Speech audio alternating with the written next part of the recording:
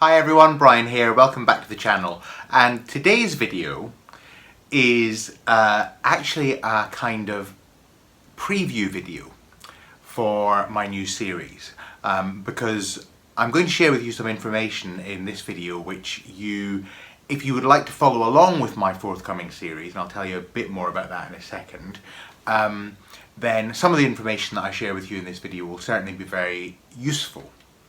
So, given that you will know the title of this video already, because you'll have seen it before you clicked play, you will know that my new series has got something to do with astrology. Now, I'm not going to tell you exactly what it has to do with astrology just yet. I'm going to keep you in suspense for a bit longer, because it's not going to be just about astrology. And no, it's not going to be just about astrology and tarot either, although both of those things will indeed feature in this new series. Now, I think this is probably the first time that oh, by the way, I'm wearing my Maya constellation shirt for the purposes of this video because it's very kind of astrological. There isn't really a Maya constellation out there. Well, maybe there is. Maybe we don't know about it. Maybe it's up there somewhere yet to be discovered. Anyway, it's on my shirt and that's all that matters. So, where was I? Yes, so probably this is the first time I've properly mentioned astrology on the channel, and the reason for that, I suppose, is that astrology is, I think, quite well, it's a very complex subject to broach. Quite apart from the fact that lots of people think that it's just a load of nonsense. In fact, astrology, I think, gets even more of a bad rap than tarot does.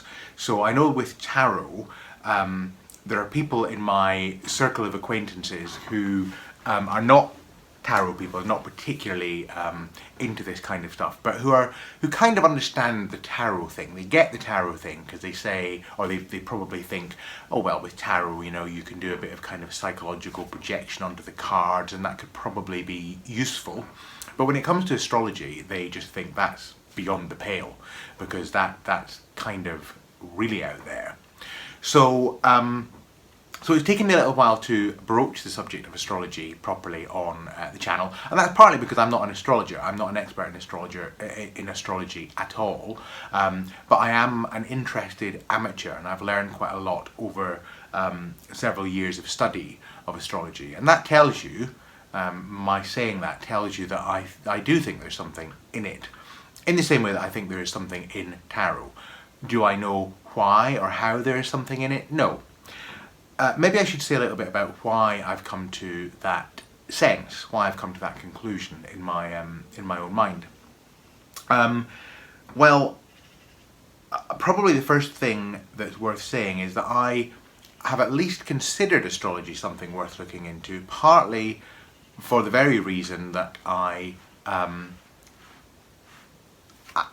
understand and am into tarot. So, you know, when I got into tarot as a student and found that it was helpful, and began to notice that doing tarot readings, something seemed to be happening, to me anyway, something seemed to be happening that went beyond simply projecting my interpretation onto a set of cards that had no relation to what I was asking in a reading. It felt to me that there was actually something happening, something more than just chance when particular cards turned up in a reading. And then, of course, I looked into all kinds of interpretations around that. But that opened my mind up to the idea that maybe there was something in it that was more than just chance, some kind of synchronicity going on. That, in turn, opened my mind to at least consider whether astrology, which, to be honest, like many people up until that point, I had kind of probably sneered at a little bit. I had read, you know, the sun sign columns in newspapers. Quite often found that the sun sign column for my star sign, which is Gemini, seemed to bear no relation to anything that was happening in my life. So I kind of poo-pooed it all. Like many people, I just kind of dismissed it. But because I had got into tarot, I found myself thinking, well, maybe I shouldn't dismiss it. Maybe I should consider it. And then a couple of things happened. well, three broad things happened over a number of years that kind of steered me into a more serious consideration of astrology. The first thing that happened was I saw a documentary, and I can't remember where. It was on British television somewhere, probably mid to late 90s. And in that television program, and if anyone knows what program this was and can find it, maybe it's on YouTube or something, please let me know, because I'd love to see it again. It really made an impression on me, and the impression was, well, first of all, the program was actually studying astrology, looking at whether there was anything in it, and they described a very interesting experiment, or an experiment that I thought was very interesting anyway. And the experiment was as follows: they took a group of people, a large group of people, let's say 200 people, and they took details of their place and time of birth. In other words, the information one needs to erect a horoscope, place and time of birth. And they, in addition to doing that, they took details of their job, their occupation, current and or previous occupation, whether they were still working or had retired. So there they had a list of 200 people with their place and time of birth and their occupation. No names, no gender, just place and time of birth and occupation. And what they did was they took the two columns, if you like, so the place and time of birth and the occupation, and they jumbled them all up. So then you had place and time of birth and occupation in two lists, but all muddled up, not attached to each other. And they gave these jumbled up lists to three groups of people. And the three groups of people were as follows. One was a control group, so it was just a random group of people selected from everyday society. One was a group of career coaches and careers guidance counsellors, careers experts, and one was a group of astrologers. And the task that each of these three groups was given was to match the date and place of birth to the occupation. In other words, if somebody was born on the 8th of July 1938, were they, in this list of occupations, were they the welder or were they the school teacher? And clearly then what happened was the random group of people matched things together as best they could, probably in more than just a random way. They probably looked at things like, well, somebody born, say, in 1938 might be more likely to work as a steel worker. Somebody who was born in Sheffield in 1938 might be more likely to work as a steel worker than somebody who was born in New York in 1991, for example. So probably some logic was applied to trying to match things up. But some things, of course, would be almost impossible to match up in that logical way, because somebody could be a school teacher wherever they were born and whenever they were born, because that's an occupation that hasn't gone out of fashion. So you have this kind of randomized group of ordinary people trying to match up the two lists. Then you have your set of careers counsellors trying to do the same thing. And they might be even more equipped to be able to logically work out, well, somebody born in that period of time in that part of the world might be more likely to have that occupation. So they did a kind of matching of the two lists. And then the third group were the astrologers. And the astrologer's task was, of course, to look at the horoscope that was derived from the date and place of birth and use that to determine what might this person have become, what might be, given all their qualities and skills, what might that person have become. Here's what was interesting. The random group of ordinary people matched the lists together at a success rate that was no better than chance. The careers counsellor group matched the two lists together at a rate that was slightly better than chance. So the logic that the expertise that they had allowed them to apply some logic to the matching, and they got things a little bit more accurate than the group of normal people. The astrologers made a matched the two lists together at a rate that was slightly better than the slightly better than chance group. So in other words, better than the careers counsellors. Now I can't remember exactly how much better, whether it was massively significant or whether it was only a little bit better, but it was better. That was the interesting thing. The astrologers were the most successful group at matching together the dates and places of birth with the occupations of these people. That made me think, interesting. There might be something in this. The next thing that happened for me was several years later, was at a dinner party with an acquaintance, and they had an acquaintance there who was learning astrology. Not in order to become a professional astrologer, but just because she was interested. And we got talking, me and this person, and she said she was looking for people to try out what she had learned on, and would I be interested? And I said yes. I kind of volunteered, and so I gave her my date and place and time of birth, and she said, I'll drop your horoscope and I'll send it to you.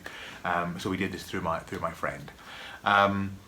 So anyway, I gave the details. A couple of weeks passed, and I can't remember now whether my friend gave this to me or arrived in the post. But anyway, I got the horoscope from this person who had erected it, and I eagerly opened it and I started to read it, and I was very disappointed because it was not accurate at all.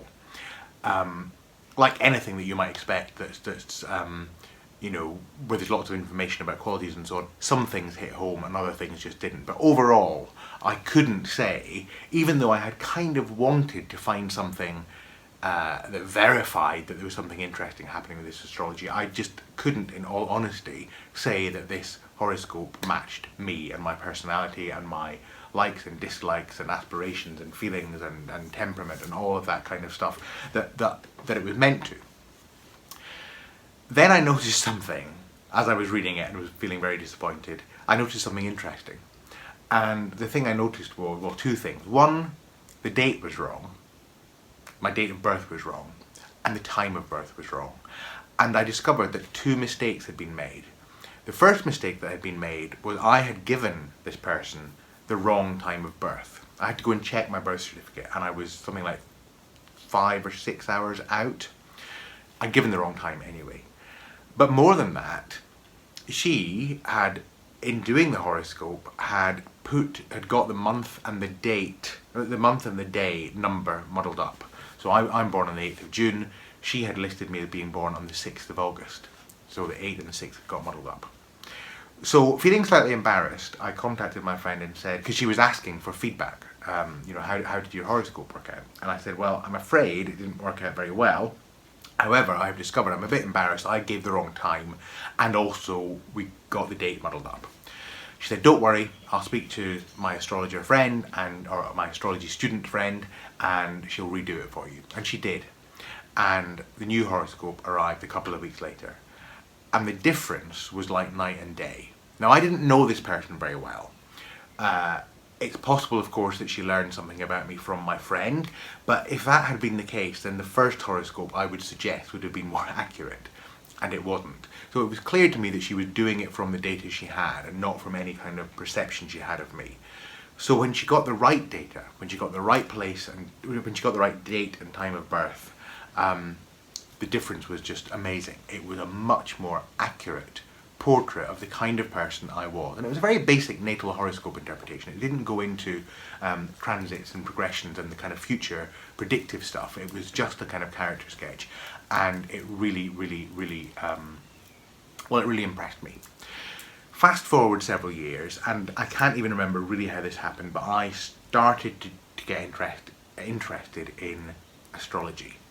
And what I started to do was read about astrology, and I got various books on astrology, and like most things that I develop an interest in, if I get interested in something, what I tend to do, I'm what Barbara Sher, the American career coach, calls a cyclical scanner.